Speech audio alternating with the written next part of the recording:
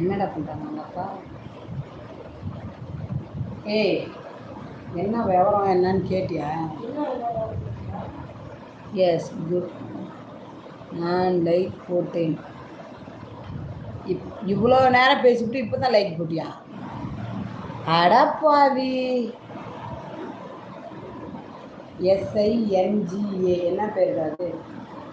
சிங்கா. சிங்கா. சிங்கா. SINGA. இன்னும் ஒரு like போடுங்க, நான் கிளம்புறேன். You good bye, thank you.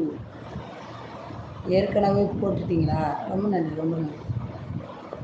ஏற்கனவே போட்டால் சரிதான்.